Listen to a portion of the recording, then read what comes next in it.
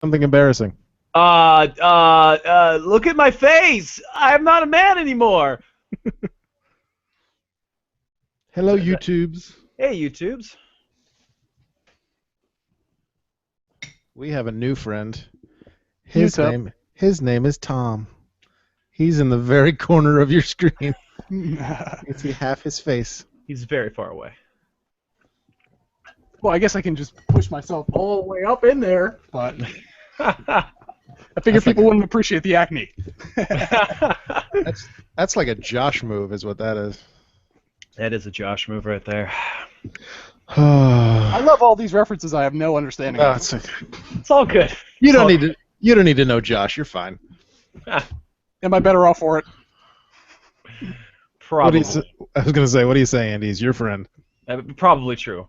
Was that a crotch shot right there? What was going on right there? I was making sure the gain was turned all the way up on my microphone. Oh, okay. It was also a crotch shot, but not on purpose. All right.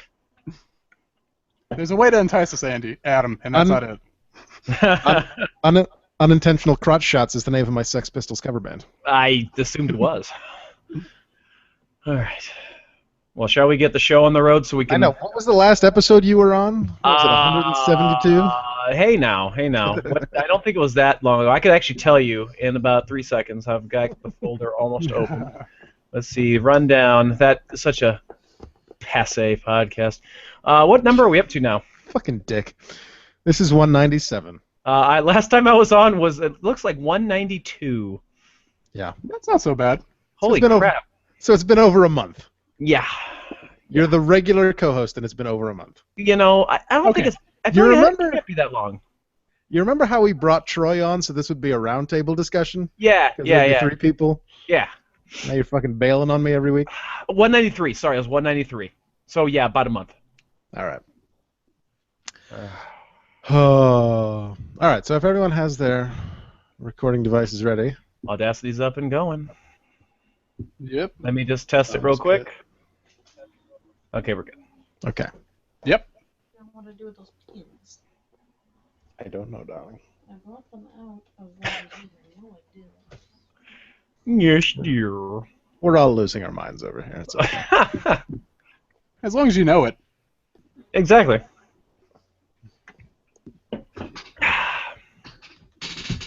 They're on the coffee table, dear. All right. We ready?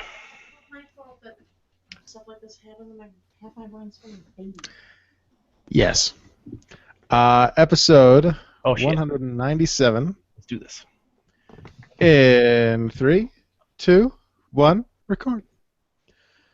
This week's episode of The Rundown is brought to you by Audible, the leading provider of audiobooks on the internet. For a 30-day free trial and a free audiobook, go to audibletrial.com/rundown. Don't go to rundowntrial.com/audible because that doesn't exist.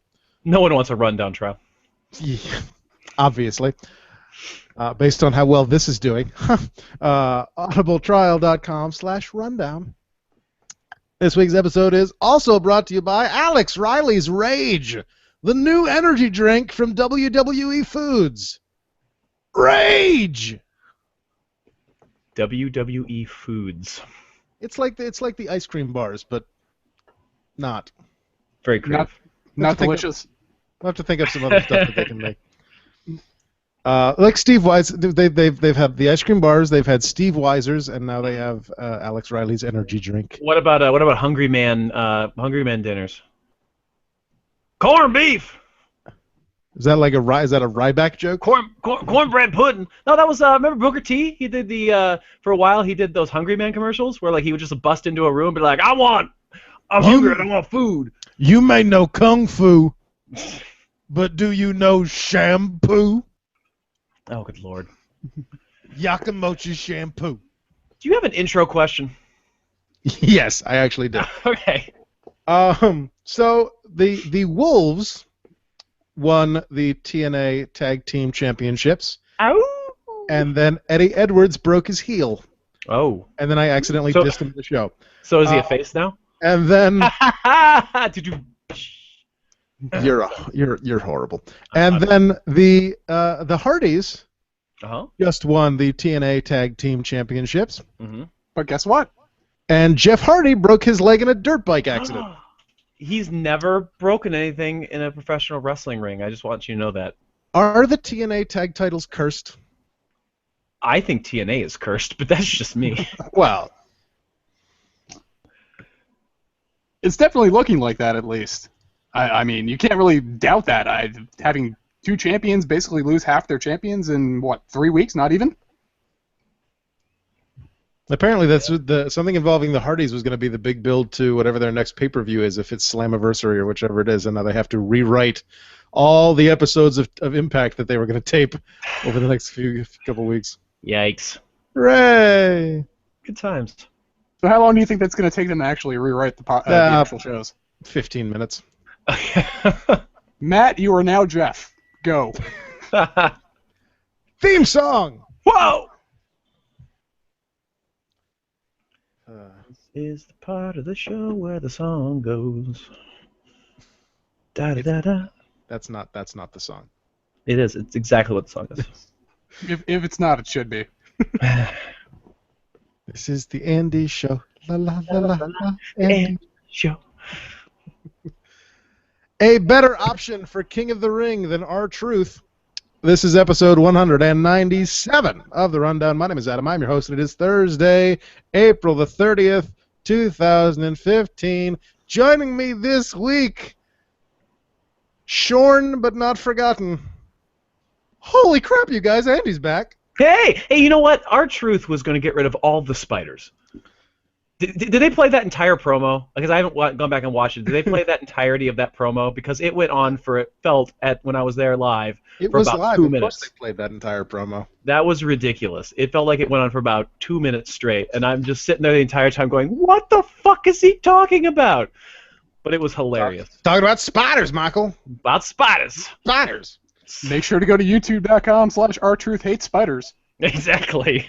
And joining us this week, for the first time ever. For the On the first Rundown time. Stop singing.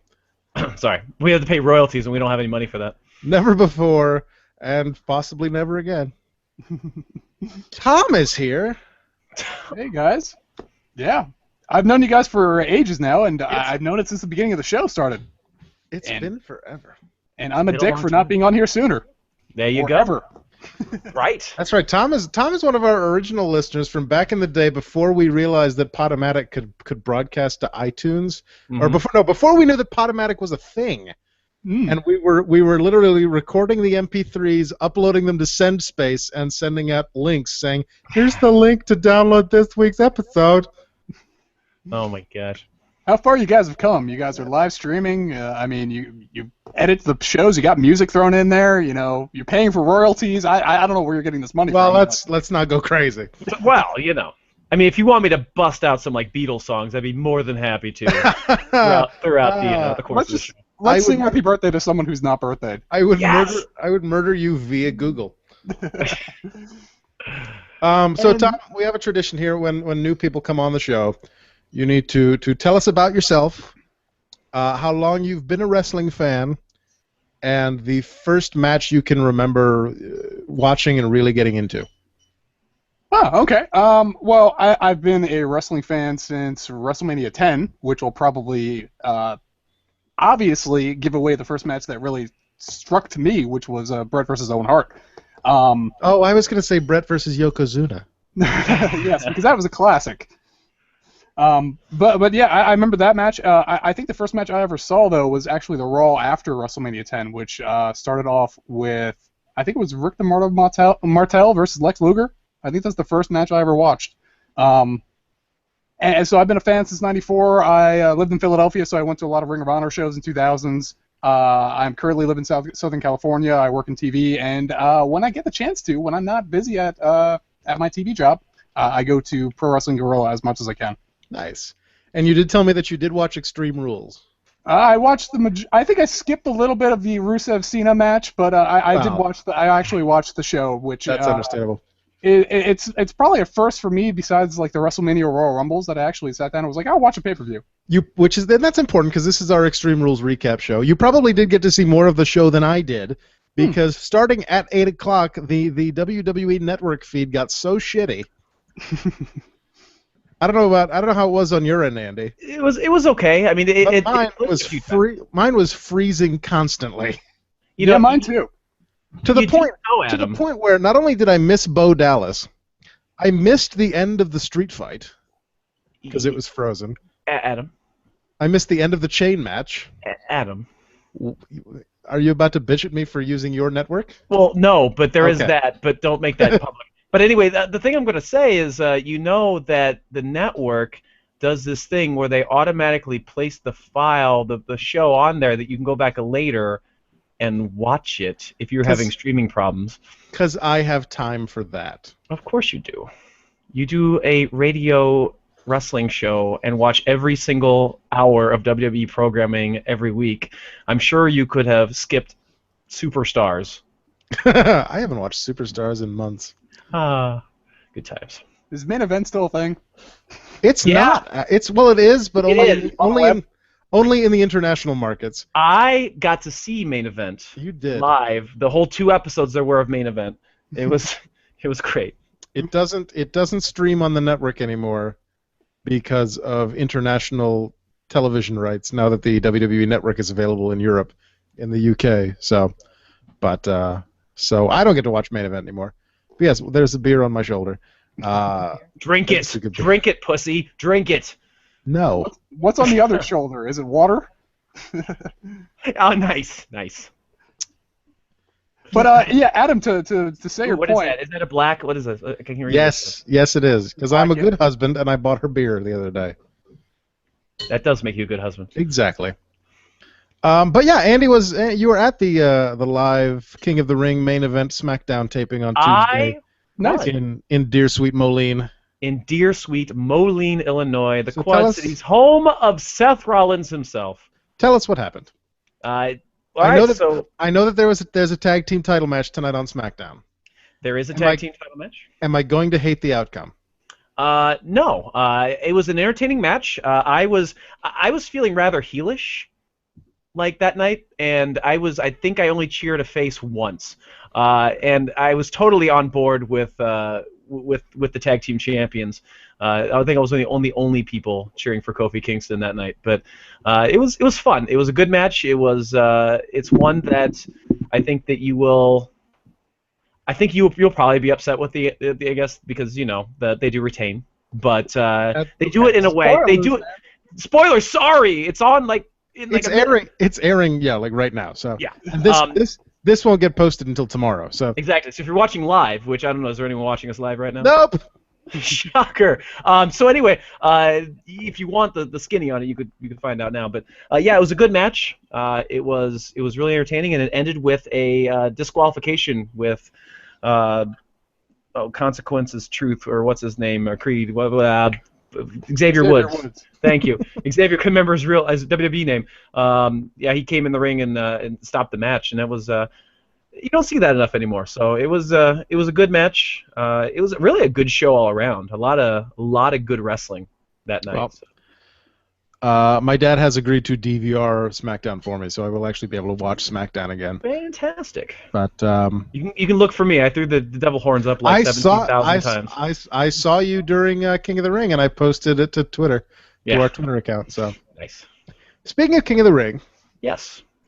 The first thing that jumped out to me, and it has jumped out over the past couple of shows, is Adrian Neville, who I almost just called Aaron Neville again.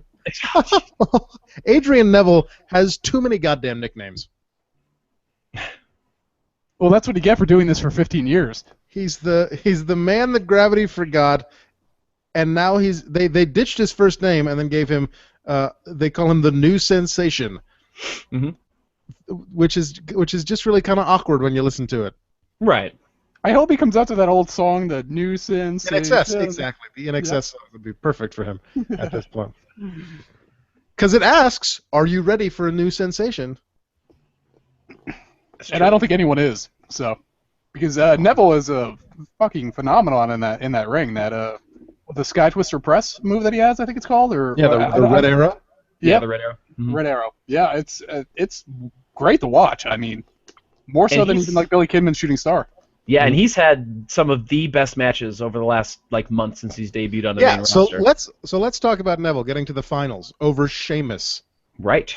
I am perfectly okay with him not winning. I did not actually, as I posted on Twitter, I did not want him to win because I feel that winning the King of the Ring would have been too much at this point. Right. But making it to the finals over Sheamus, even though there was a Dolph Ziggler thing in there, I think is the perfect rub for him from King of the Ring to go on and start doing other things. And I think that once they strip the Intercontinental title off of Daniel Bryan,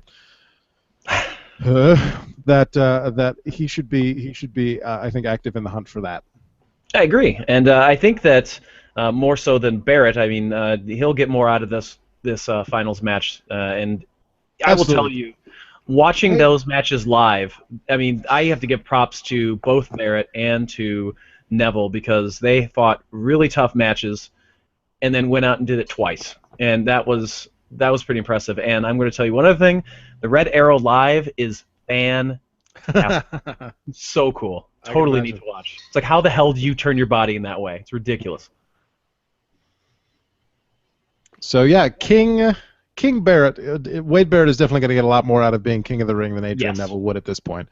After another failed Intercontinental title reign, and a gimmick that has been wearing down. The Bad News Barrett gimmick is kind of run its course. It's time for something new. Right. He's got the British accent. He's got the look. He does that cape thing anyway, right? So he'll toss the cape out. He does it now, even though he doesn't wear the cape anymore. Right. So I think it was best for Barrett to win. Well, now he can actually wear a robe and toss that off instead. There you go. And that is what's best for Barrett. That is true. Okay. So yeah, King Barrett. I'm totally in favor of King Barrett. Sal actually texted me on Monday afternoon at 5 o'clock and was like, "You should make the King of the Ring part of the prediction contest." And I was like, "I can't make King of the Ring part of the prediction contest. It's 2 hours from now, and we don't have a show beforehand to promote that." And my guess going into it was that the finals would just be Sheamus versus Ziggler again, and I've never been happier to be wrong in my entire life. Right. I mean, we got a rematch. We got a rematch from Extreme Rules, but it's not the rematch that I thought it was going to be, and I was perfectly okay with that. Absolutely. Like I said, as long as R-Truth didn't win, I was golden on King of the Ring. Spiders, man. That was hilarious. R-Truth is getting up there in years. He's been doing really well in his character with WWE. It wouldn't be unwise to reward him in some way, maybe as a tag team champion reign or throw him in something, but I agree. I guess his career is not going to be, it's not very long in the tooth. He's only got, maybe a year or two, maybe a little bit longer? Yeah. He's TNA World Champ, a bunch of other things, you know? He's a solid hand. He's not going to main event anything, and you shouldn't be pushing him to the stars, but he's worth a screen time. Absolutely is. When he goes crazy, R-Truth, I'm okay with that because that's funny to watch. But when it's just rapping plain old boring R-Truth, then I don't give a shit. Let's put R-Truth with Dean Ambrose and just have him go crazy. I like it. Yep. Crazy contest. Damien Truthdao?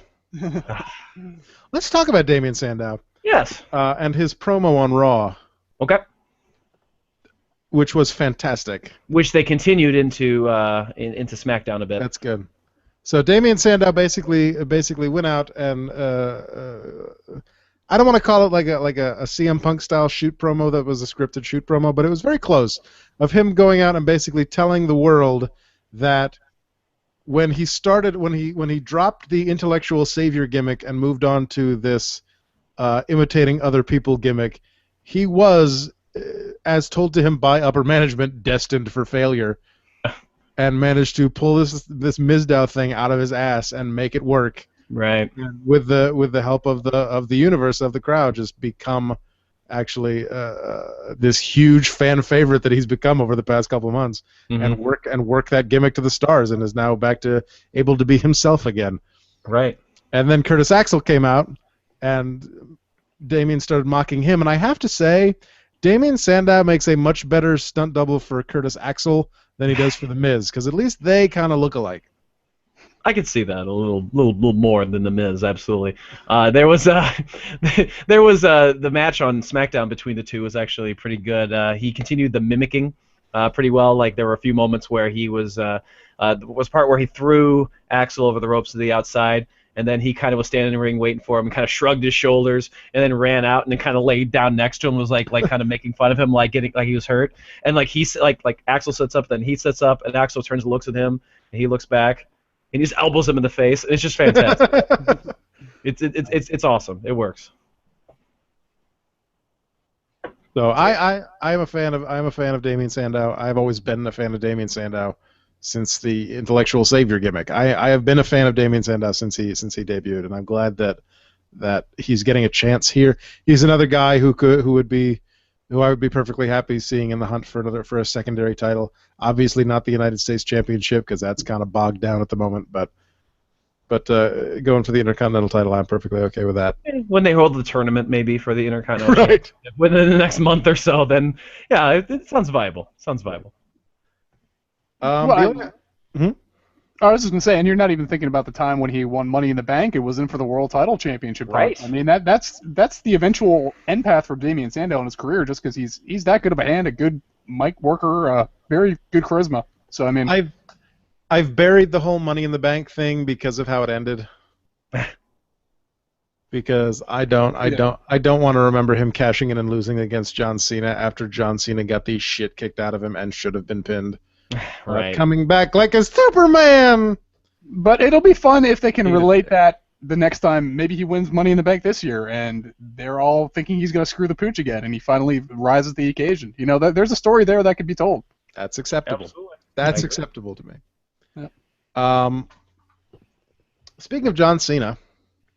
John Cena. We'll kind of jete into Extreme Rules here. All right, let's do it. The ending of the Russian Chain match, which again I did not see because of the network. Was it as bullshit as it sounded when I read about it on the internet? Oh, the way that the match was kind of run was weird. I thought if they had kind of gone back and fought, locked up again, what have you, that they turned off the corners. Because they had the lights, which they couldn't get to work at first at the beginning of that match, and then it was a strange thing that they were doing that. But I mean, if you're going to do that, keep it consistent, because at the end they went and they each had, I think, 3, if I remember correctly, 3 turnbuckles touched, and then he goes and like AAs him and then hits the last one. So it didn't seem to make a lot of sense. As I recall it being described, you had to touch all 4 corners basically consecutively without losing your quote-unquote forward momentum. Yes. And they each had 3, and then John Cena did a move. Right. And then touched the 4th one, and they were like, oh, fuck it, that works. Give him the title. Yeah, it didn't make a lot of sense by the rules.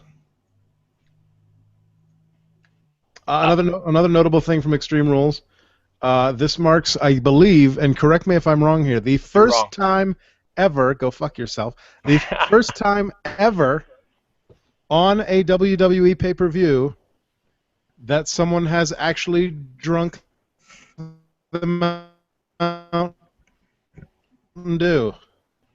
The Mountain Dew. That's what it sounded like on my end. But anyway, oh, he's freezing up. His computer's just going acting up here. But yeah, I believe there was a slight swig from Jerry the King Lawler on the Mountain Dew, and I don't know if Adam could hear us. He's moving very slowly. Not the one who had a heart attack.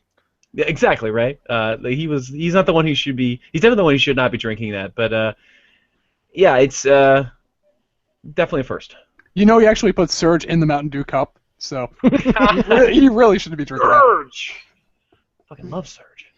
It was actually a bottle of Rage. Yes, of course. Alex Riley's Rage. Yeah, yes. Of course. Thank you for that, because the thing that I talked about. Okay. Full circle. I love the street fight. Oh yeah. Mm-hmm. Go ahead. No, I was like, good. I love the street fight, even though I didn't get to see the end of it. The fact that just them leaving was genius. It's like the Hollywood backlot brawl, but in reverse. I was hoping that we would get actual scenes of them fighting in Chicago. Oh yeah. But no, they just came back during a later match. And Here's what I wanted that didn't happen, and even Bill, I think, told me that it would be a little far-fetched. Maybe it was Josh, I can't remember. One said it would be a little too far-fetched. I would love to have them fight, leave the arena. We never see them the rest of the night. So we're like, what the hell happened? Like what's going on? Then on Raw, they show up in the middle of the show, continue to fight, and just do that until the next pay-per-view. Like, they basically just do this whole shtick where they're literally fighting for an entire month. And then you could, like, do little film vignettes where, like, they've gotten away from one another, like, temporarily, and, like, someone's out to eat or something, or, like, eating a sandwich, it just comes at them out of nowhere. That would be so great. It'd be so Looney Tunes. But, of course, they won't do it because that'd be fun.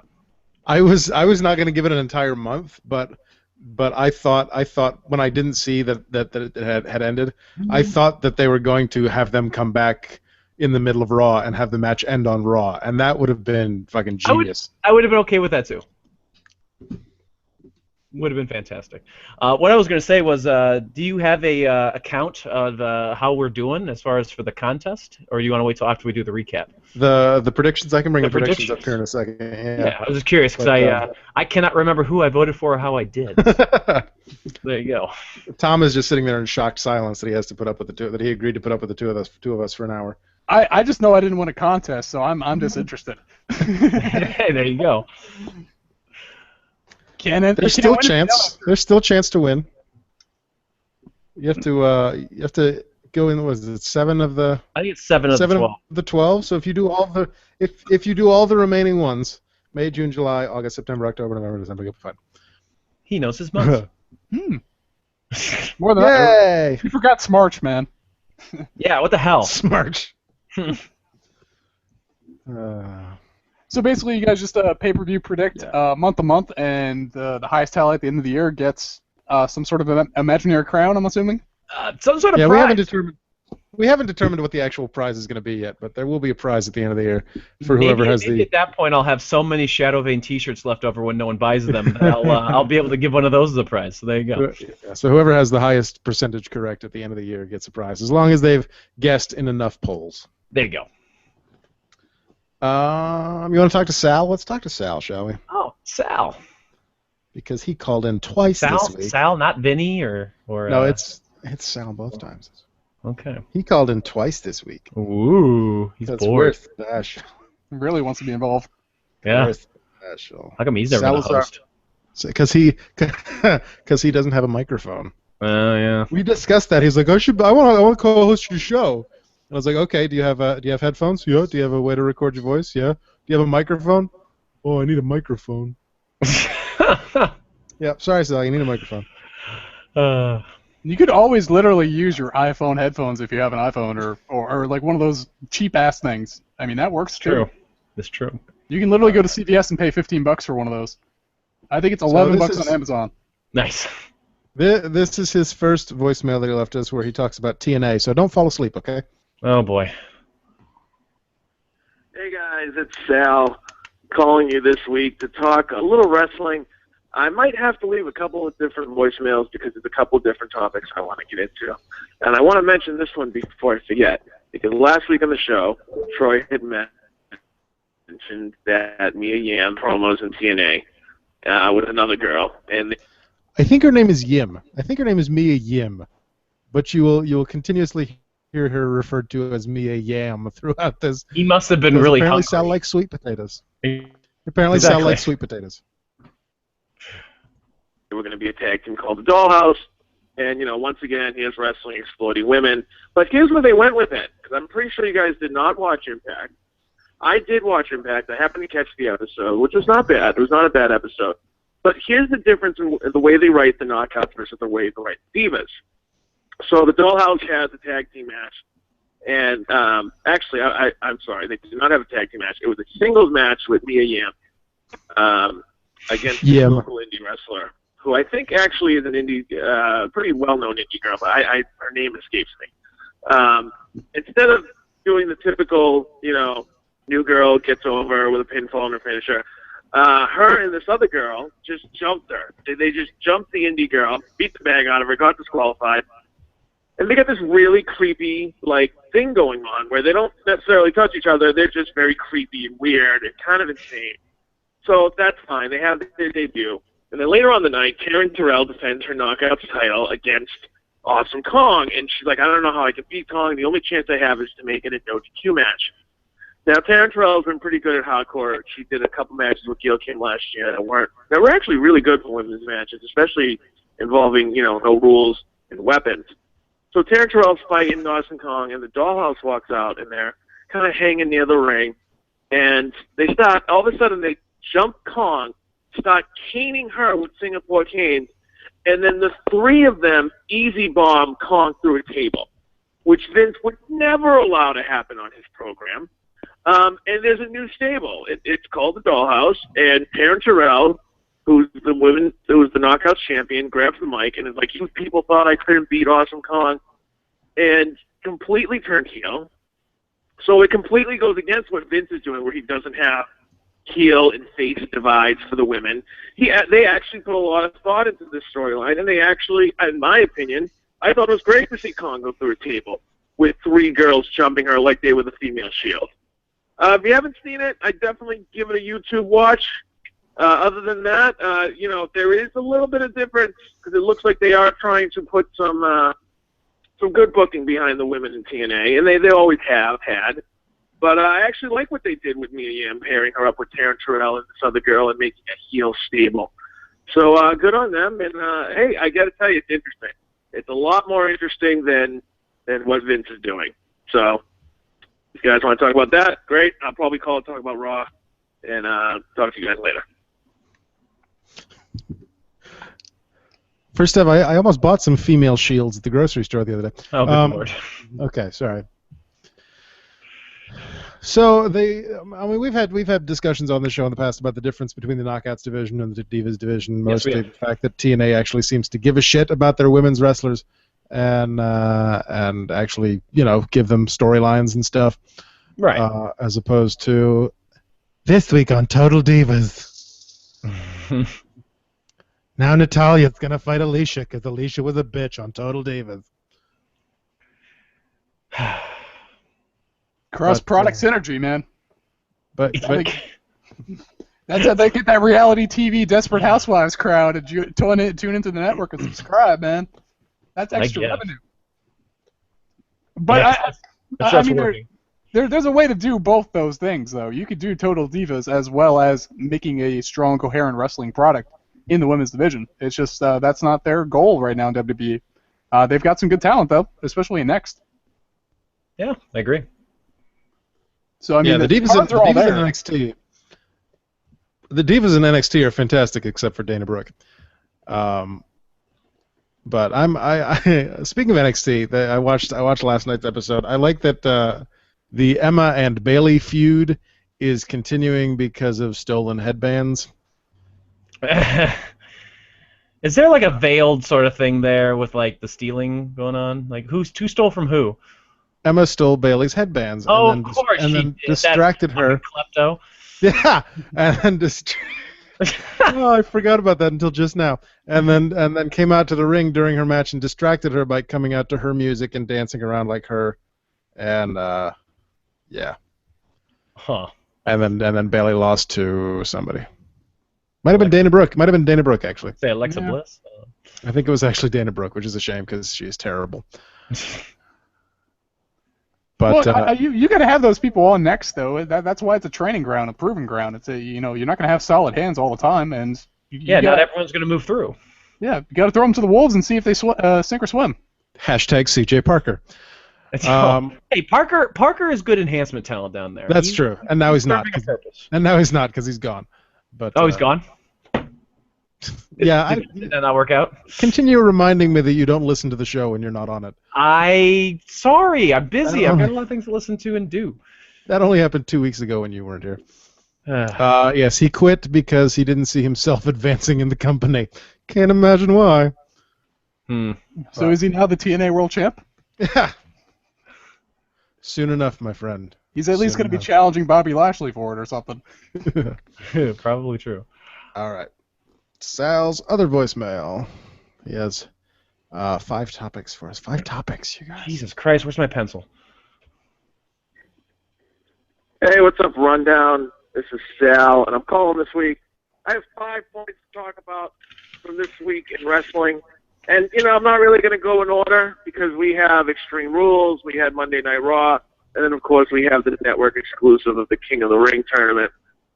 So it's going to be kind of out of order and kind of quirky, but, just to start, the first thing I like to talk about is the New Day.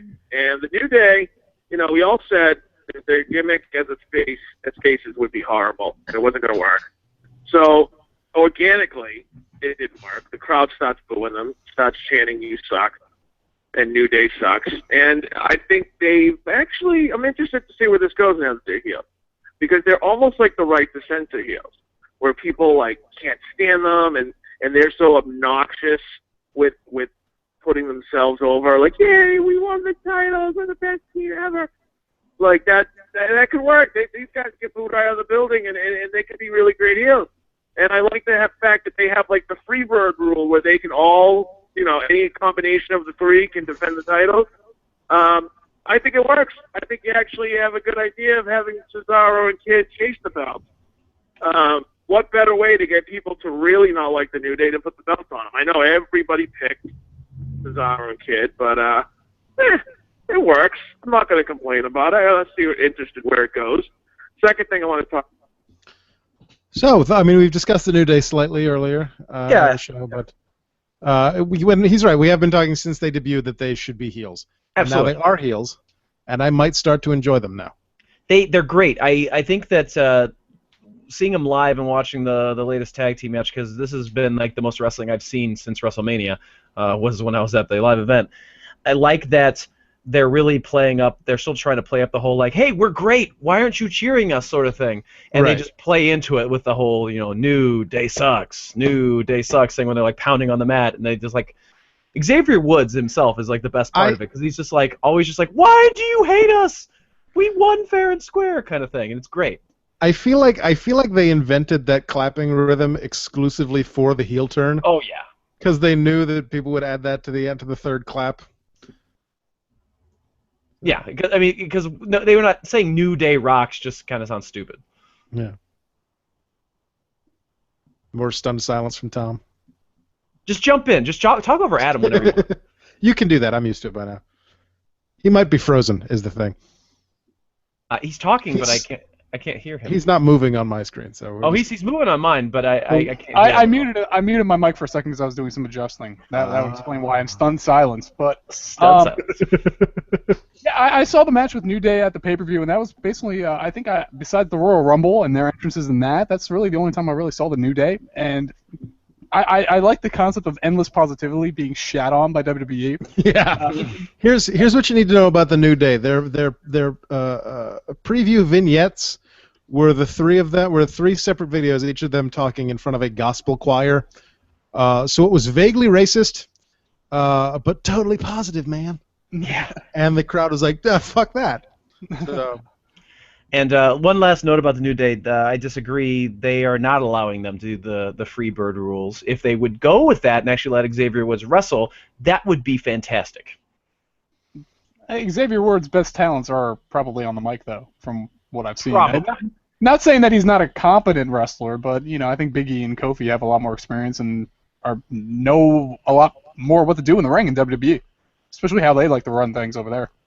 It's probably true. Remember when this was going to be the next Nation of Domination? Uh-huh. And then we ended up with the gospel choir. Mm-hmm. Yeah. It's kind of like what's his name? No, I can't remember what. Shoot, the Funkasaurus. Brodus Clay, yeah. It's like what happened to Brodus Clay. There you go. Except the opposite. Right. But not really the opposite. Anyway. Well, it's similar. It's a positive gimmick that was supposed to be a cheery, PG face, and fans turned on it. And instead of capitalizing on that like they're doing with New Day, they just let Brodus wallow in the wings. And now, what is he, in TNA, I think? He's in TNA. All right. Item number 2, which we have also already talked about, but that's okay. Is Wade Barrett. I thought it was great this guy won the King of the Ring. I really hope they do something with him.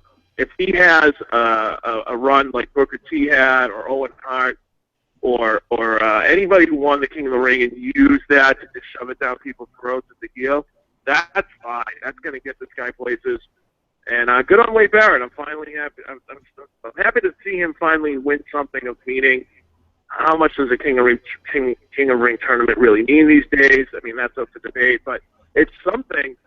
And then the third thing is, to go right along with that, is Neville. And Jesus Christ, guys, has the guy ever looked better and come out looking better losing matches than Neville has? I mean, yes, he won an Extreme Rules.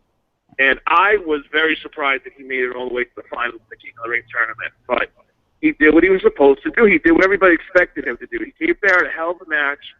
And in the end, given his position and how long he's been up on the main roster, it's expected that he not beat a guy like Wade Barrett. And I'm actually kind of happy. I didn't want to see him get made King of the Ring.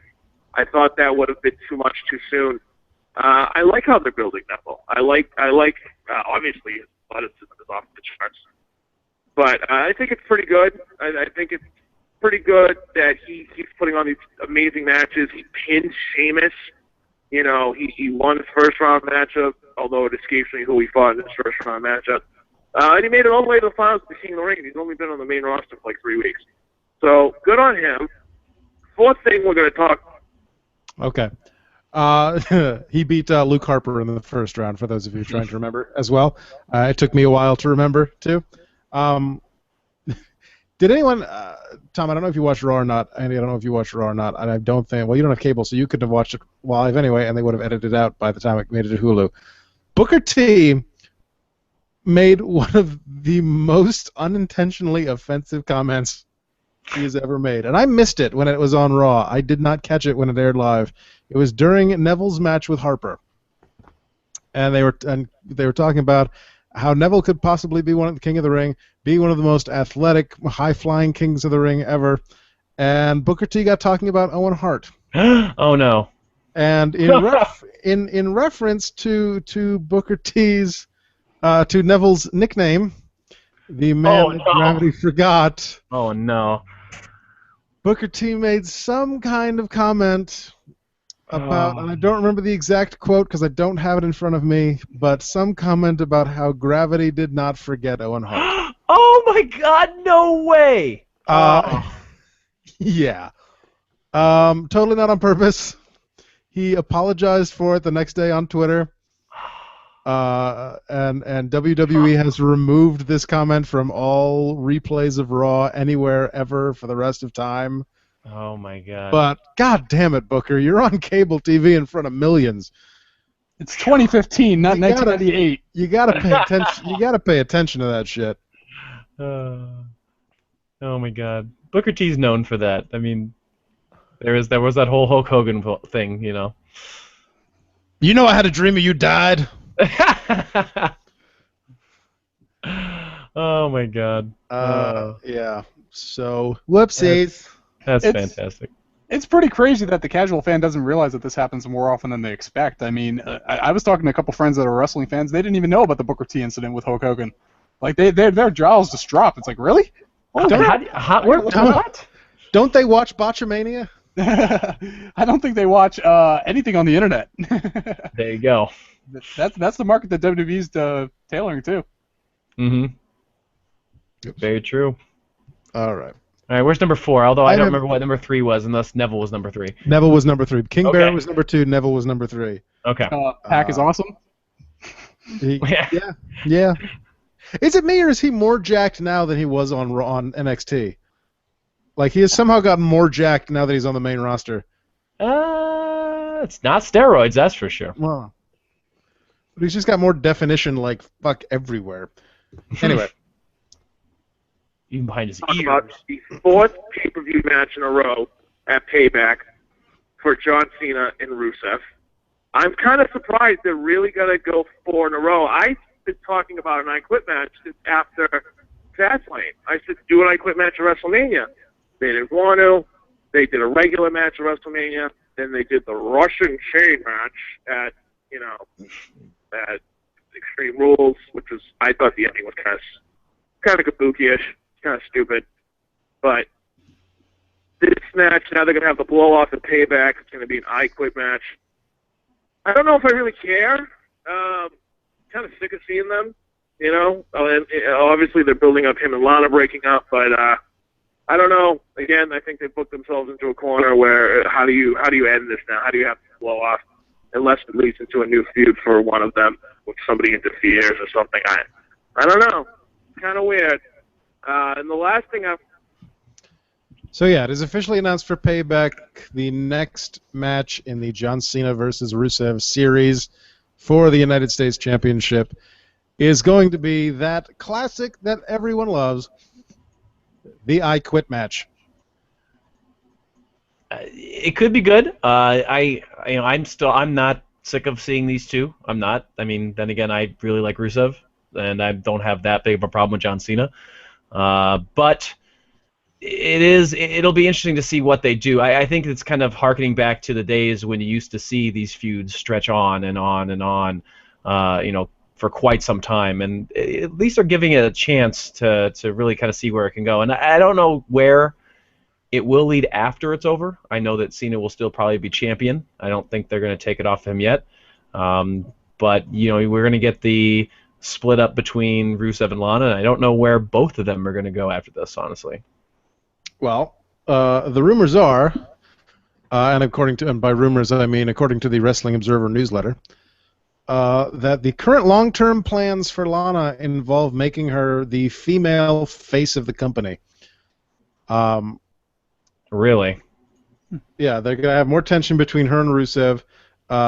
Vince McMahon feels that the babyface turn and elevation will require her being revealed as actually being an American. That's what I was going to ask, if she was going to drop the accent. Who's actually from Florida, you guys. What? Not Liar. Russia. You're a liar. The plan for right now is to keep her name as Lana, although there has been a small amount of talk of a possible name change to CJ, since her real name is Catherine. Since her real name is Catherine Joe. Yeah, it sounds dumb though. And the idea somehow is that CJ should make people think the blonde bombshell because, and I swear to God this is true, because that was Pamela Anderson's character name on Baywatch, despite the fact that the last time Pamela Anderson was on Baywatch was 18 fucking years ago. Even Germany has forgotten about David Hasselhoff. Oh, God. And speaking of that, they can tie that into their new movie that they're making called Killing Hasselhoff, which is in production now. What? Oh. You didn't hear about that? No. There's a show too. I really missed that. We talked about this a while ago. There's a WWE Films project.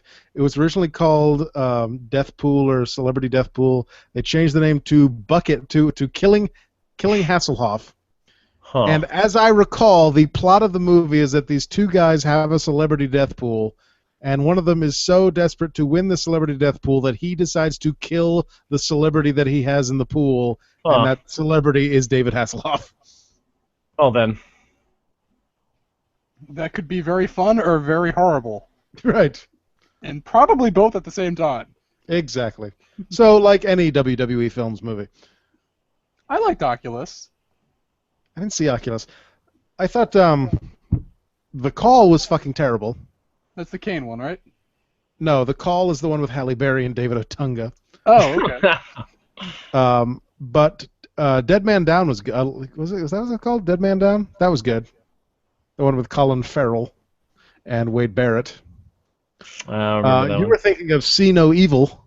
I thought that they also did like a sequel, like an offshoot sort of thing with that. And then they did See No Evil 2. Oh, well, there we go. With Kane as Jacob Goodnight. Interesting. So, yeah. And, okay. But, yeah, Cena versus Rusev. Back to the topic at hand.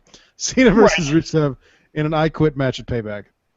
I'm looking forward to it if it ends the feud because I think that these two have fought long enough.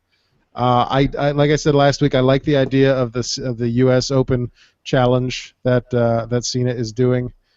I would actually enjoy it a lot if he actually did lose the title due to the Open challenge and not due to a match booked at a pay-per-view, because I think that would be really cool. Have someone from, like, Next show up and challenge him and win the title and take it back to Next.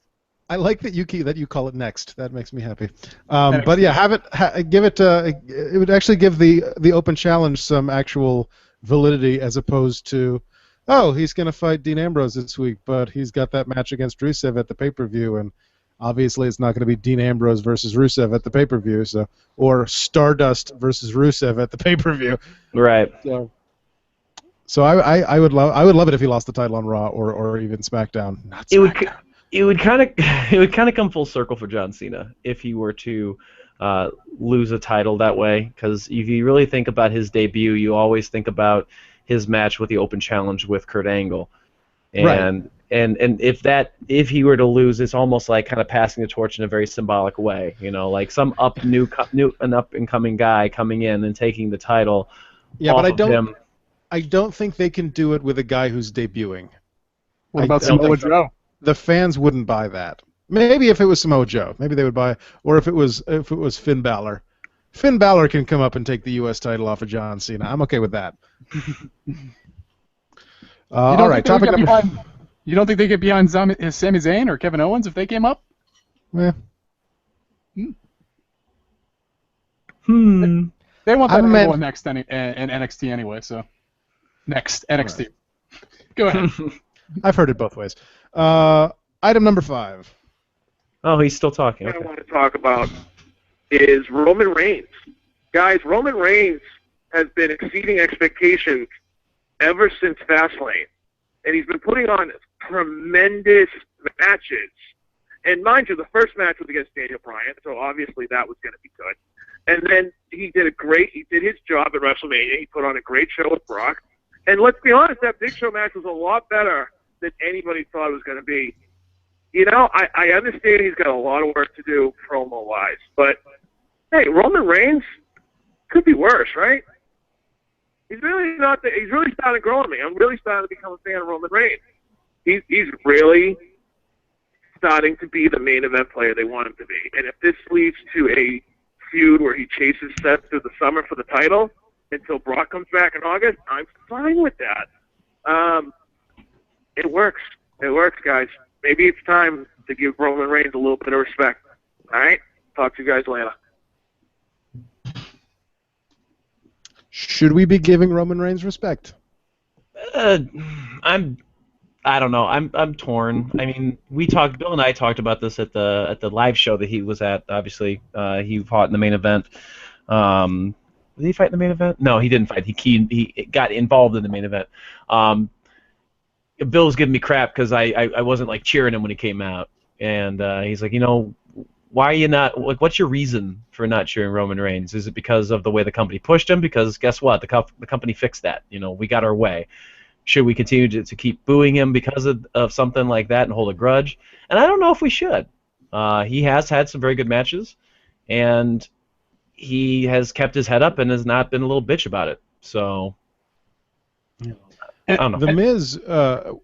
The Miz was doing an interview for the Marine 4, and I read about this earlier. Where Jesus I know you guys, but he talked about the interviewer basically asked him, why don't you think the people like Roman Reigns? And his answer was basically, they're going to see Roman Reigns as a guy that the company made famous as opposed to a guy like Daniel Bryan, who's a guy that the universe made famous, and they don't like that. And he's not wrong, and that's kind of a very accurate way to put it, except it's kind of shitty because it's true. The internet and those of us on it are particularly famous for complaining about when WWE shoves guys down our throats. But Roman's a good worker. He's good at what he does. He's there for a reason, and you kind of got to respect him for that. Well, I mean, he got the short end of the stick. Reigns definitely had a negative impact and result because of his injury from last year, when that was the time they needed to really build him up so that he would actually be a pertinent challenger for WrestleMania, and the fans would have gotten behind him probably if that actually happened. So I can't really fault Reigns for it, but I guess in the same way, like, just because you have given me reasons for me not to boo you anymore doesn't mean you've given me any reasons to actually make me cheer for you yet either. But he is improving week to week. He definitely knows that he is not at the upper level yet, and he knows that they want to push him there quickly. So he's doing what he can to strive and achieve as best as he can right now. And hey, that's admirable. You gotta do your best, whatever you're assigned and you're given to do. Well said. Agreed. All right. Tom, you said you got to be out of here by 9, so we're going to go straight to the showdown. Let's show it down. Tom, since you haven't been on the show before, the Rundown Showdown, we are running a tournament of the worst moments that have ever happened on Raw and SmackDown. We finally made it to the second round after 18 months. Oh, Jesus Christ. This is JR. This matchup the past couple weeks was JR's ass surgery versus the match on Raw between John Cena and Michael Cole. I forgot to vote this week. Here are the comments on the poll. First one says, because it gave us John Cena, American hero, bullying an announcer on live TV. Also, if I remember correctly, it was longer than JR's ass surgery. P.S. Fuck you, Vince. It's hard to think straight when you have your head up your ass, but when Vince is licking his lips, looking at barbecue-covered ass, it is kind of sad. Oh, fuck the fat man. This one just says, barbecue. I don't disagree. This one's very poignant. The Cena-Cole match was far worse because it included both John Cena and Michael Cole. No one should see JR's ass, ever. Not even his wife. But at DraftKings.com, you could win thousands of dollars. All right, anyway, go I thought you were going with a different draft there. ahead. Both really bad ideas. Some things are just tasteless. Please make the torture end. I don't know if they're talking about the showdown or those options. I'm pretty sure it's about the showdown. Possibly the winner of this tournament, the comedy in the JR segment was so bad it makes Jerry Lawler's one-liners seem funny. And to think, all because Vince was mad at JR. Real mature, you vindictive 60-year-old child. Cole plus barbecue sauce equals hard dicks. And the final comment, did the head they pulled out of his ass also suffer from Bell's palsy? Oh.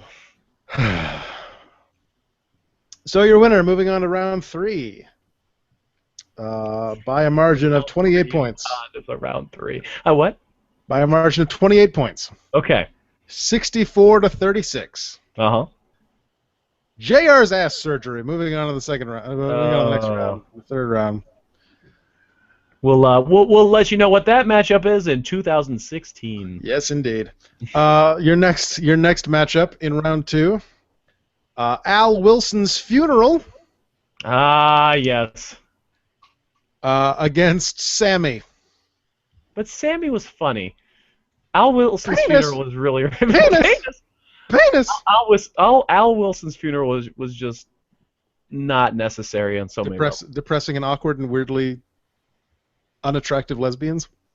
Yes, all of the above. Yeah. So, go to the Facebook, click on the poll, vote in that matchup, and we'll have the result of that one. Let me just say that I'm glad that I've taken so many drugs because I don't remember any of that. All right. I'm going to say we don't have time for trivia, even though I would like to do trivia with you guys. So we're going to move on to our last story of the week. Oh, is it shadowvein.net and the contest we're running right now? Is that it? No? Okay, sorry, I could do. Kind of. The plugs are at the end. Oh, sorry, I forgot. For fuck's sake. I apologize. He thought we were done because he clicked his power switch off in his brain. He's already over. You're gone for 7 weeks. You shave off your beard and you don't. TNA announced this week via press release. Oh, we're ending with a TNA news. We're ending with TNA news that Billy Corgan has been hired as the senior producer, creative and talent development, effective immediately. I thought he was going to be working with Jeff Jarrett. Nope. TNA. His job will be to develop characters and create storylines for Impact Wrestling.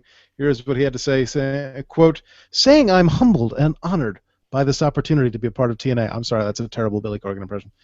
A world-class wrestling organization is an understatement and a dream come true. What's great is the entire TNA organization stands in full support of my music life with the Smashing Pumpkins. In return, Weird statement.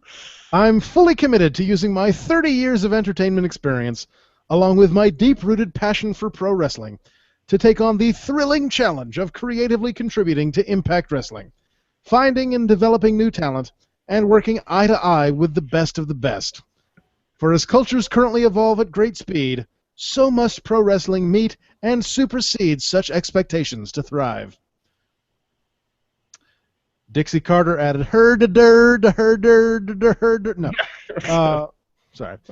Dixie Carter added, quote, I've known Billy for years and have always been blown away by his musical artistry as well as his knowledge and understanding of professional wrestling. He has always impressed me with his creativity and passion for our business. Billy is truly gifted and understands the emotion tied to the psychology of connecting with an audience. The more we talked, the more I realized his perspective has the potential to make a huge impact on our brand. Pun probably unintentional.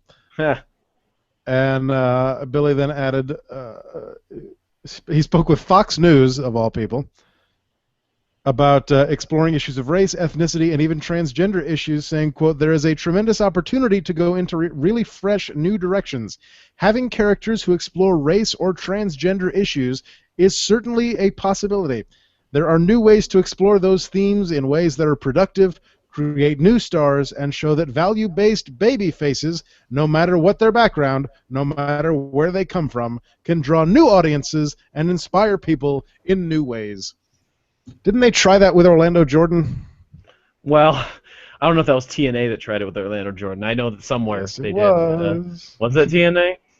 We talked about it with Troy the other week and him and Orlando Jordan. Remember, the only thing I remember, because I stopped watching TNA shortly after because I was just so grossed out by it, was Orlando Jordan's feud with Rob Terry that involved Orlando having a talk show and having a cutout of Rob Terry on the talk show and basically molesting it repeatedly. Well then, that's not a progressive use of differences. I'm just saying. Yeah. Yeah, it's exploitative. That's not progressive. No, you're right. So, I mean, hopefully it's a good thing, but I mean, Freddie Prinze Jr. didn't change the WWE landscape. So. no, Freddie Prinze Jr. was only a writer. Yeah. At best. But Billy Corgan has that experience with what was it, Resistance Pro? Is that what it was called? Something. Where they were supposed to have that show on Bravo or AMC, and it got canceled. And I think they did a filming, and then they had like one day of filming that they had 2 or 3 episodes recorded, and nothing ever came of it. Yeah, and then he quit that company, and now he's working with TNA. So everything will be stop motioned, and people will come to the ring in a tire and roll down to the ramp. The only thing I know about Smashing Pumpkins really is the Stephen Lynch song, What If That Guy from the Smashing Pumpkins Lost His Car Keys? That's the only thing I know about. Where the hell are my car keys? They were right here in my hand. That's the only thing I know about the Smashing Pumpkins, really. I just know that back when I used to work retail, long before I actually got a real job, that there was a coworker. They used to play in the store the same like 5 songs, and Smashing Pumpkins one of their songs was, and every time she'd come on, she'd be like, is that band, the Crashing Pumpkins again? And I'd just be like, yes, it's the Crashing Pumpkins. Nice. I think that does it. Does that do it? I think that does it. I think that does it. I got a podcast to produce. There we go. All right. Well, that does it for the rundown for this Thursday, April the 30th, 2015. 159 days since Nikki Bella won the WWE Divas Championship. Wait, what? What? 159 days. No. We have to listen to Nikki Bella's name at the end of every episode, and not in a mocking way. Hey, I don't remember who was that. That's actually Seth Rollins' fault because Brock Lesnar was on there before. I was hoping that would change, and then they fucked us over with the Paige injury storyline. So she. That's true. Hey, last little thing before the plugs, I just wanted to point out the masterful amazingness that is Seth Rollins. At the live show that we're at, obviously, and all the video segments, which if you go back and watch SmackDown, you'll see a lot of video segments throughout the night with him before he comes out for the main event. And the fans are just, obviously like just cheering like mad, since it's his hometown. Right. So right before the main event, you get Dean Ambrose that comes out. He's fighting Dean Ambrose in the main event. He comes out. They cut away Dean Ambrose's music, and they have Seth on the screen, right? So he comes out. He's like, hello, Quad Cities. This is so great. It's great for me to be back. And then he turns complete heel. I was gonna say, did they do something for just the crowd to try and get them to boo him? Oh yeah, he just shits all over the Quad Cities, shits over all the crowd, just completely big middle finger to him. and then they cut back to Dean's music, obviously, for the commercial break that they edited in or whatever. And he comes out and still gets a pretty good response. But anyway, they tried. Meanwhile, inside he's giddy as a schoolgirl. Oh God, like, yeah. I'm in my hometown and I'm the WWE champion. Oh yeah. I'm glad you all are watching this. Oh yeah. It was brilliant. But I still marked out like a motherfucker. Oh, of course, absolutely. How could you not? I know. Cheap eats the best eat. So go to www.audibletrial.com/rundown for a free audiobook and a 30-day free trial of Audible.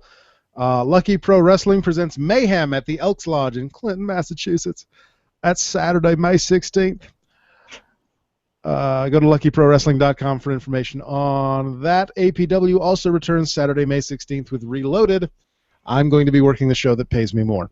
Go to Atlantic Pro Wrestling for information on that. Ouch! You probably shouldn't be saying those kind of things on. I've already told them the one that I'm going to because they booked me. And it just happens that the one that pays me more is the one that booked me first. So. Hey, you know what? You're actually getting paid. When I did my 2 years of commentary for SCW, they never paid me a dime. And I don't care if you're listening, SCW. You never paid me a dime. I remember that. I remember the show that we went to, and I saw Seth Rollins before he was Seth Rollins. That's true. And I saw him get thrown off a balcony through a table. I posted that picture to Facebook. You did. Liberty States returns Saturday, June 6th, our last show of the season. We always take the summer off because we run at an elementary school. I would say go to Liberty States Wrestling, but don't. Just search for Liberty States Wrestling on Facebook, and you'll find that. Follow us on Twitter. I live tweet Raw and NXT when I remember. For some reason, I didn't last night. I don't know why. At Rundown Podcast. Send your feedback, send your catchphrase suggestions, send your fake sponsors, send your real sponsors. If you want to send us $50, we'll say whatever the fuck you want. Via PayPal to rundownwrestling@gmail.com. Leave us a voicemail like Sal does at 206-202-6478. That is 206-20. Angst. I left a thing on Facebook this week asking people to call in with their thoughts about the King of the Ring. And look at all the call-ins that we got about King of the Ring, you lazy shits. Hey, it's okay. I was there. I was there, man. First-hand experience right there. Exactly. Oh. I got to see a Money in the Bank match live, and that's good. Now I just need to see either a Hell in a Cell or an Elimination Chamber. I would prefer it to be an Elimination Chamber. And then all I'll have to do is go to a WrestleMania, and I'll be good. There you go. Well, I already did that part. Like us on Facebook and tell your parents to like us on Facebook at facebook.com/rundownwrestling. To make a donation of the monetary variety, go to rundown.podomatic.com and click the PayPal donate button on the right-hand side of the screen. To watch archived episodes, go to youtube.com/rundownpodcast and circle me on Google Plus at google.com/+AdamRundownHost. Buy some poetry at tinyurl.com/distanthorizons. What the hell's that at? Yeah, it's good. I don't know. Don't know where it's at. Mine's up there, but I don't want to reach for it. I do have this, though. And do some other horse shit at shadowvane.net.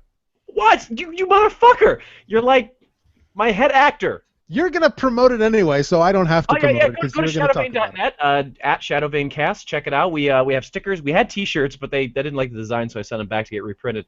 We'll have a new episode hit probably tomorrow night. So, well, of course, tomorrow night for you guys is different. I mean, I guess we'll just say May 1st.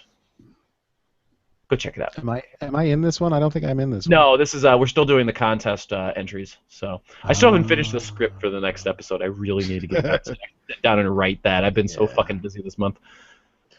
So at some point over the summer, we're going to move back to Wednesdays or on to Fridays so that you can be on the show again.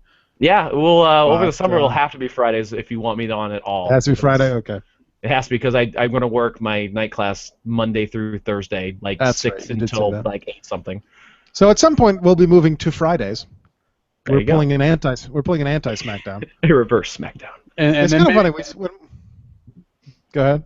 I was just gonna say, and then maybe I can actually appear because if you're gonna be doing it at this time on a Friday, that's an hour right before my my eFed podcast that we do every every Friday at 9 p.m. You're Eastern. still involved with eFeds? I do a podcast about them. So What? fantasy wrestling, where you write about a character that you create and join a wrestling league, and you just have a crap load of fun with it. I still do that. Yes, I am that miserable, and yeah, I don't know. I'm still in that zone. What can I say? Good old High good old flyer. high flyer. That's what I was about to say. High flyer. We're just missing Tigro, right? Wasn't it Tigro? I always call it Tigro. Mike. Yeah. Yeah. Tigro. I haven't talked to Mike in years. Yeah. I don't think I've talked to him since MySpace was a thing. But enough nostalgia cast. Those Tom- were the days. Tom, go ahead and plug your podcast and all that stuff. Oh yeah, efedgorillas.com or blogtalkradio/efedgorillas or mixler.com/efedgorillas. We run a show every Friday at 9 p.m. Eastern and every Saturday at 4 p.m. Eastern. And we're probably going to expand other days of the week. So Nice. yeah. And what's this one in your Chiron here? Is that what's that say? That's our F- logo actually. Yeah. What's that? That's blogtalkradio/FWrestling. That's actually the eFed Gorillas account on Blog Talk Radio. Gotcha. We're affiliated with a community called FWrestling.com, where you can learn all about the hobby and maybe partake if you're interested. Hmm. I I can't didn't remember. know people still did that. I know, right? I can't remember the last time I wrote a role play. You know, I have. I found a lot of the old HWF stuff, so I know. Nice. I have think a I bunch still of- have the GW. I think I still have GWA ones that I wrote like way back when I was like probably in high school or middle school. We were the co-presidents. Of We the were. GWA, and then you and I were the co-presidents of the HWF. Yep. And this is what, fucking 97? That was back when we were using 98? AOL emails AOL, on like our man. AOL 7.0 or something. and Prodigy and stuff. Yeah. So you could put colors. You could have text with colors, and him. Uh-huh. This guy's Rich text. line. This guy's lines were in this color, and then the Hey, scene descriptions were in Adam. this color, and the background was black, and you put a logo in there, and Adam, you're you and guaranteed I to win. need to do a bonus episode for the rundown. Just you and I reading. Like we should like find role plays that like I'm sure I have something. And, like we should just like do dramatic readings of our old role plays. I have the last ones that I ever wrote, my retirement, quote unquote retirement match that I wrote. That was me versus I don't know if you remember the American War Machine. Oh God. Who's still a friend of mine, Chris. We had a retirement match over the EWA championship because I don't remember the name of the guy who ran that fed. That was my best friend, and I was helping him run Yes, that. it was. Yeah. I just can't remember. I can't remember his name though. It's But a we were John. That's right. We were supposed to fight for the EWA championship, and the Fed closed down. So if you remember Solar, Oh yeah, Joey. putting together a one night only situation for all these old EFED guys that he used to run around with. We need to get Joey on here. Yeah, Cooper and I had a ladder match for the EWA Heavyweight Championship, and that was I won. And that was Nice. my last match. That was my retirement match. That was my last match ever. Bill and I were talking about reviving the E-Fed sort of vibe, but using WWE's SmackDown Know Your Role role-playing game to tabletop. Oh my God! And I think that would be hilarious. Amazing. Let me throw this out there. Modern Day Gladiators is a tabletop game that they've already created. That is basically an EFED version. You create a promotion, you create characters, you run Oh storylines. my God! What is the It's name of that D&D. again? Please tell me. It's Modern Day Gladiators. You can find it at drivethroughrpg.com. Oh, I love drive-through. Okay, all right. And, Modern Day Gladiators. You just made Andy's month right there. Oh my It's God. created by a good friend named Warren Fitzpatrick. Whatever monetization goes directly to him and his artists. And actually, High Flyer is a character in the builds. So you can play as him. Seriously. Yep. That's Nice. awesome. All right, let's get out of here because it is 9 o'clock, and Tom's got shit to do. So search for us on iTunes under the Rundown Wrestling Podcast. If you subscribe, it is absolutely free each and every week. We're also available on Stitcher, also free. Bitch your mother. If you leave us a 5-star review on iTunes, if you can't afford a donation, that'll help people find us and help us get more listeners, because 3 is a lonely number. No, it's more than 3. But anyway, thanks to Tegan Brown for the logo. Thanks to everyone for listening. Thanks to nobody on the side this week. Thanks to Andrew. You're welcome. At Soupcast as well, don't forget. Not a thing. And thanks to Tom for making his very successful debut. It was great. And thanks to iFightDragons at ifightdragons.com for the theme song. Next week, Oh my God! who knows? We actually forgot to talk about the prediction contest. So next week we'll talk about the prediction contest. Yeah. Since we inadvertently skipped right over it. And as always, Jacob, good night. And good luck. And fun time. Go to shadowvane.net. Go listen to good podcast. And join us next week for another some adverbly exciting episode. I need to start thinking of these in advance, I think. You probably should. Probably. Of the Rundown Wrestling Podcast. Good night. Later. So long. Can't stop. Time to clean up this audio. My ears are sweating. That's Well, grip. I guess I should probably head off because my show is probably starting any minute now. All so right. if you guys want to, you're more than welcome to tune in, but I wouldn't blame you if you didn't. I will have to. I'm going to go check it out at some point, all right, man? Yeah, so just turn this into an MP3 Oh, yeah. and send it to me so I can put it in. Let me stop my thing. All right, let's see. Background noise removal. I think I found the spot right where my dog barked. What are the odds of that? All right. Noise removal. Okay. Oh, hey, Adam. Yeah. I didn't want to tell this one completely live for the actual podcast because it was terrible. So we were at the show. You do realize we're still broadcasting on Google Plus? That's fine. Okay. I'll choose my words carefully. But we were at the show, and there was it was Bill, myself, Ray, and Josh, and Ryback came out and he was wearing this singlet that was like kind of gold and blue, and Ray had said he kind of looks like Cyclops. And I'm like the X-Men? He's like, yeah, like Cyclops. Like he just reminds me of that. So like I'm like, oh, I guess that's fine. And like during the match, he like yells out, "Go Cyclops!" like really loud. To which a guy in front of us, one row ahead of us, turns around. Not shitting you, only has one eye. Oh God!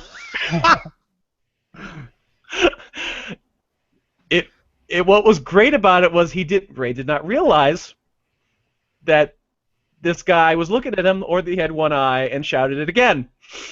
Oh, and what was it? It was quite embarrassing. Quite embarrassing. When he found out, holy shit! That guy probably hated me.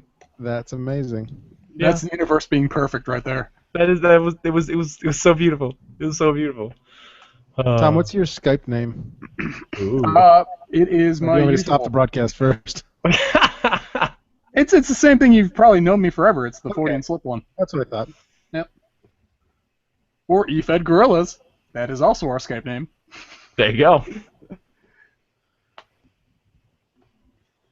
All right. It seems like my co-host is not actually having a show anymore, so I guess I'm free to continue not doing this anymore. There you go. Why is this Contact request sent. Bloom. Yeah, I'm saving it right now as a wave, and I'm going to save it now as a MP3, so I get both. Word. And you want the MP3, obviously, so. Yeah, I just take them off of Skype, drag them into Audacity, and schlup this thing together, especially now that I don't use the Mac anymore. I don't have access to GarageBand, so I had to figure out how to do all the same stuff on Audacity, which was fun last week because I fucked up one spot. 197? 197, yep. Okay, I don't want to save this in my Shadowvane folder. All right, rundown. Okay. Oh, and since I might be actually more available, Andy, if you need additional voices for your Shadowbane, I might be able and interested. Yeah, absolutely. I would be Yes. more than happy. Your mic sounded great, so I I would think be it more looks than like the happy. same one Josh has. Yeah, it's it just the does look Yeti. like- oh yeah, Josh has a Yeti. Yeah, Yeah. that's nice. They're like $60-$70 or something. Perfect. It works out I really just well. have this. I just have this one that I bought at Best Buy, which is attached to the Blue Icicle XLR to USB converter. Nice. That's what I'm Are doing. you still doing writing, Tom? Like on the I mean, I'm still in Los Angeles trying to be a writer. The last thing I wrote was a spec pilot about 3 roommates who don't pay rent and then their landlord comes to collect. Nice. But before that, I did an Archer spec script. I did a Community spec script. Nice. I'm thinking I'm going to work on a Marvel Agents of S.H.I.E.L.D. spec script now. Oh, So, cool. Well, if Even- you're ever looking to like just kind of practice your craft and you enjoy it all, the kind of horror, suspense, even a little bit of sci-fi, and you want to throw like an idea at me, we can also talk about that. So can't really compensate you, unfortunately. At least not yet. But I've worked a lot of stuff that is uncompensated, so I would understand completely. Okay. Yeah, the horror is not really usually my good bag, but I do Right, like gotcha. I do like to try occasionally because it's always good to challenge yourself in trying something Yeah. that you're not really that good at. well, I So- mean, if you ever want to try something, throw it at me.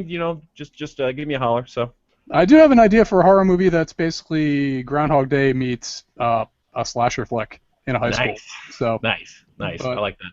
that'll take a little bit to get off the ground to figure out that all the time travel movies are a pain in the ass, and Oh, yeah. recurring same settings is also a pain in the ass. So That We'll is see. true. That is true.